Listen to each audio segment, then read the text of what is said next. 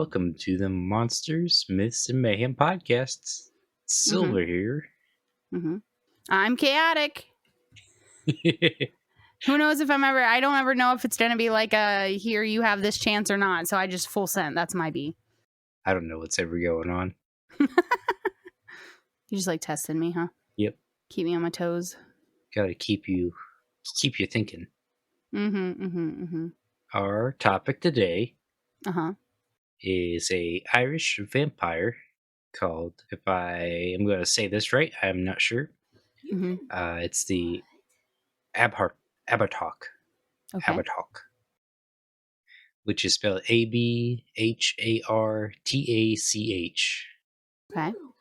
Have you ever heard of this vampire? I have not. I'm excited to learn about them, though. It's more of a singular monster than like a group of monsters. Oh, okay. So it's just like this one singular vampire? Yes. Okay. So they say that the first time the story of the Abhartach was collected and written down was back in 1870 in the origin and history of Irish names and places by Patrick Weston Joyce. So the Abhartach was a chief of his own clan or the group they had back in the day. He looked just like a normal person. Sometimes, some of the times the story says he did. Other times say that he is kind of ugly. He's a dwarf because Abhartach means dwarf. Okay, I didn't know that. I feel like it's a sin for them to say that a vampiric entity is ugly, though. I know that we've romanticized them, but... Yeah. One of the stories, he wasn't that bad looking before he was a vampire. Then once he died, he became ugly. Like any old story, there is a couple variations of the Abhartach and its story. So it's easier just to tell the story of the Abhartach. Because there wasn't really much of a description of him, too much, besides him being maybe a dwarf, maybe ugly. So, are you ready for this story? I am. Hit me with it. So, the Abhartach was a chieftain of his own, and he was known for being super cruel. And while he was still alive, he found out that his wife may be cheating on him. Oh, we hate that. So he decided to climb out a tower window and try and catch her, where he proceeded to fall to his death. Fell to his death. Yes. What a wild ride, to be honest. So after he fell to his death, his people decided to give him his burial as a chieftain burial, where they would bury the chief vertically with his head facing up. His wounds facing up? His head facing up. Oh, his head facing up. I don't know why I heard wounds, but I did. It's probably because I'm starting to get sick and my voice is all blah. No, you're fine. I think it was just me being silly. And it's just regular blah. It's not Count Dracula, blah, blah, blah. not Count Dracula, blah, blah, blah. Yes. Blah, blah, blah. So the next day after his funeral, Abhartach was found in the village. He was demanding that everybody give him a bowl of blood a day. Okay. After this went on for a while, the citizens went and got a hold of another chief. And the chief was either called Catan or Finn McCool. What a wild name. Finn McCool seems to be is the anglicized version of his name, but he's in a lot of different Irish tales from what I've seen. So, but it's either one of those two or the chiefs that they go and get. The chieftain came and he ended up slaying the Abhartach. Killed him. They buried him again back in his hole, facing straight up. The next day, he came back again, demanding more blood and being more mean. So the villagers went and got the chieftain again. He slayed him again, put him back in his hole. The next day, can you guess what happened? Same thing. Yep, he came back again. I love that. This time, the chieftain Witten either, here's where it splits again, consulted a druid or a Christian saint. Mm. You could probably tell when the era switched because of the story switching from druids to Christian saints. Never. They don't do that. What are you talking about? Well, from what I've seen, the druid told the chieftain that when he slays the Abhartach, that he must put him upside down in the grave so that his head is facing down. So when he tries to crawl up, he's actually crawling down. Hmm. And expanded a little further on this from the telling of the saints story that I seen Mm-hmm. was that to slay the Abhartach, he must use a sword made of a yew branch. A branch? A yew branch. Okay. Y-E-W. I don't know what that is, but we're learning together. It's a type of wood. A type of wood. And after he slays him, with a wooden branch, maybe a stake to the heart, perhaps. Right, right. Then he would have to bury him head down and then put a large rock on top of the grave to seal him in there. But that is where the story ends, because that the third time Chieftain kills the Abhartach, he stays dead or in a more dormant state. Hmm. Because he said some say that he's still alive. He's just sealed under in his grave. That sucks. That's a shitty thing to happen. Mm-hmm. So, Mm-hmm. moving a little bit away from the story, kind of back to it a little bit. Mm-hmm. We mentioned Dracula earlier. Right. Do you know who wrote Dracula? Yes, it's on the tip of my tongue and I can't think of it for no reason at all. Oh my god, why can't I? Oh my god, Silver, what's wrong with me? Initials are BS. Bram Stoker. Yep. Oh my god. I was over here like Dracula, obviously. But no, that's not who wrote Dracula. No, Alucard wrote Dracula. And do you know what Bram Stoker was? Bram Stoker, what? What? He was Irish. Ooh. So a lot of people say that Bram Stoker got his inspiration for Dracula through Vlad the Impaler, or Vlad Tepes, which is, there's some connections there, yes, very similar. But a lot of people also say that Dracula is based off of the Abhartach, because he would have grown up with the stories of the Abhartach. Okay.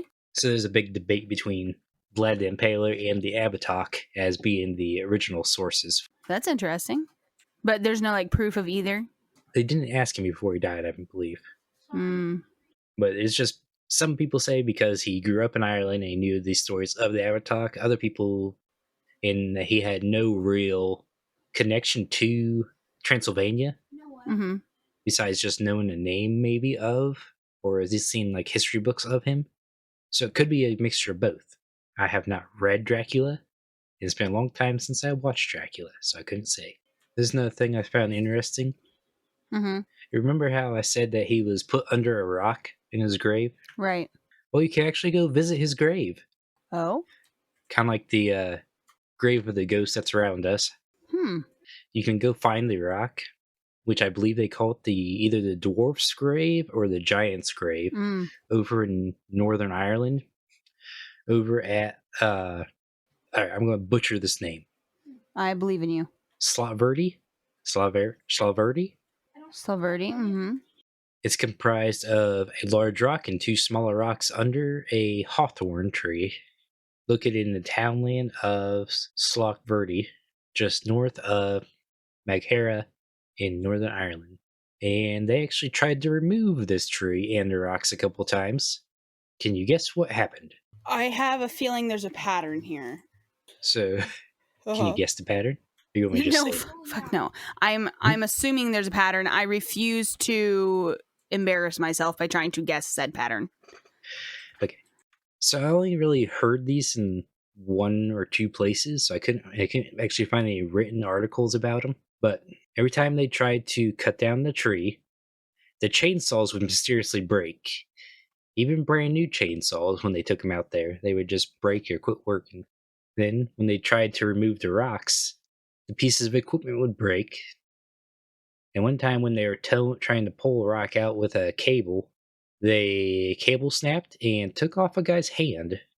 And they eventually gave up on trying to move him. That's wild. That's all I kind of had. And before he died, he might have had magic. I guess we'll move on to media.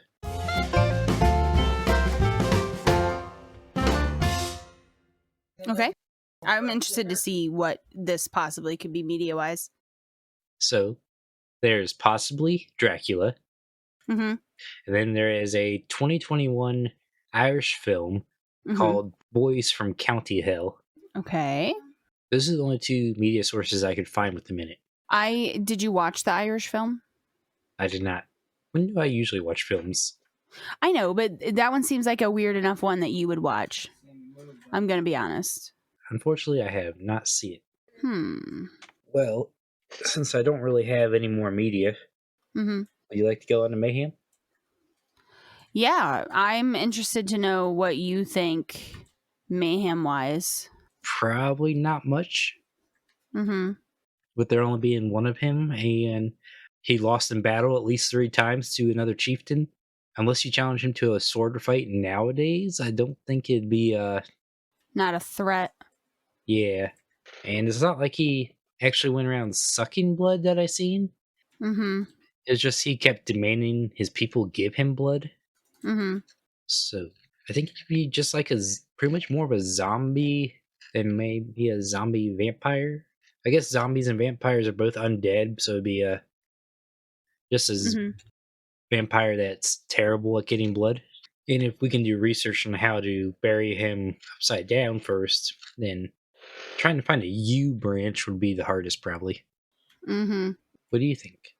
I agree. I don't think that he'd be like a danger. Obviously, it's like much more of a danger back then than he would be to us today. I don't know. I don't think he'd be too much of a danger. Do you like say he did do his shit and you had to like 1v1 him, I guess, in an instance. Do you think you could do it? Like hand to hand, or do we get weapons? Like hand to hand and or swords. I think I probably could. If he just came out of the grave and was maybe still sleepy. Okay. Or weakened. It didn't say if he got actual super strength or anything like normal vampires or more modern vampires get. I can't imagine that he did. I feel like this was a very ancient, like, we just fear the unknown kind of thing. I don't feel like it was a, oh my God, look at this person who's a god kind of thing. It felt like it was much more, there was much more to that. Yeah. Oh, he just died and he's back. Yeah. It's more of those, oh no. Yeah, like, oh my gosh, what's happening here? Little did they know, he was triplets. His siblings just kept showing up. Oh, yeah. What do you think he'll be in college? Would you put him in a college? I don't know that he would belong anywhere in the college. Like, maybe if we had a super fancy college, like the fencing area, just because. Maybe he's like the creepy fencing leader or something. Maybe. You know, I like, not to any of our people that are fencing people, but the fencing kids were always weird. He would just be one of those weird, like, maybe he's a vampire, maybe he just really likes to be alone kind of person. Are you talking fencing like the sword fighting? Yeah. We never had any fencing, did we? No, we didn't. I said if we had a fancy college, we would put him in, like, he'd be like a fencing instructor, like the real serious guy that takes it way too seriously. You know what I'm talking about? Yeah. I feel like he'd fit there. He could be. It sounds like he wasn't the best of sword fighters if he kept losing to this other chieftain. Well, right, but that's what makes him the fencing teacher, because it's the one that lost that becomes the teacher. You know what I mean? Oh, if you can't do, you teach. Shh, don't tell people that. Listeners, we love you very much. If you're a teacher, we don't mean that. Yes, that's just the old saying. I feel like that he could be the kid that always runs for student council but never gets it. This Irish vampire is an interesting man. I guess I expected more brutality from an Irish lore. He was mean to his people. Right, but I guess, like, Dracula kills hundreds of people a year just to drain them Yeah. and feed off them. You know what I mean? I guess I was expecting something a little bit, like, more intense. Yeah, this guy was just kind of asking for a bowl of blood a day. Mm-hmm. Which, I mean, is manageable without even killing somebody. Yeah. I mean, you get a couple people, get a big bloodletting party. Yeah. Imagine nowadays they could actually take blood safely. It'd be wild. Yeah. If he was still in his right mind when he came into being a vampire nowadays, he could just go to blood banks, sustain himself, not have any other weaknesses of regular vampires. Mm-hmm. Yeah. That's all I can kind of think of on this one. Anything else on your part? I don't think so. He was a short episode. Yeah. Sometimes it just be like that. Yeah. I mean, it's short for me to edit, so after our last 45-minute episodes in a row. Well, thank our patrons for listening in, supporting us. We got Ruby, Nuggies, Mondi, Mage. Thank you all for your support. And we have for the result of our cosplay poll for Halloween this year, who we're going to be. Mm-hmm, mm-hmm. The poll ended with Chaotic having a 20% for Godzilla, 20% for Yukiona, and 60% for Medusa. Mm-hmm. Yay! My cosplay poll ended with 0% for the Kappa, 12.5% for the Tengu, and a whopping 87.5% for me to cosplay the Mothman. Mm. So we shall be doing those for a Halloween special this year for reaching our goal for the year. We'll figure out what we're doing with them sometime. Any chaotic news? At the end of the month, on the 25th, which is a Sunday, we will be doing a Valentine's Day charity for Fuck Cancer. If you guys have been to my other streams, my other charity streams, it's just a lot of fun. Community gets together. So if you guys would like to play games with me, you know where to find me, twitch.tv/chaotically. Just, come and vibe with us. We'll be vibing from the time we get up till the time we go to bed and just relaxing and enjoying ourselves for the day. And your link's usually in the description and below. Yeah. Also, another story will be released on Patreon next Friday. Thank you for listening to the Monsters, Myths, and Mayhem podcast. Silver and Chaotic take you into the depth of the lore and discuss how these legends could affect modern-day society. You can find us on Apple Podcasts, Spotify, iHeartRadio, or almost any podcast service easiest to you. Dive into the depths of chaos with us every Wednesday, bar Silver and Chaotic not missing their scheduling, and consider joining the podcast Discord or Twitter, following even more insider looks and even some D&D sessions. If you'd like some extra special inside looks or even want to be a guest on the show, consider helping us via Patreon. Your help makes such a big difference to us both. Until next time, Mythics, you never know what kind of mayhem we might get into.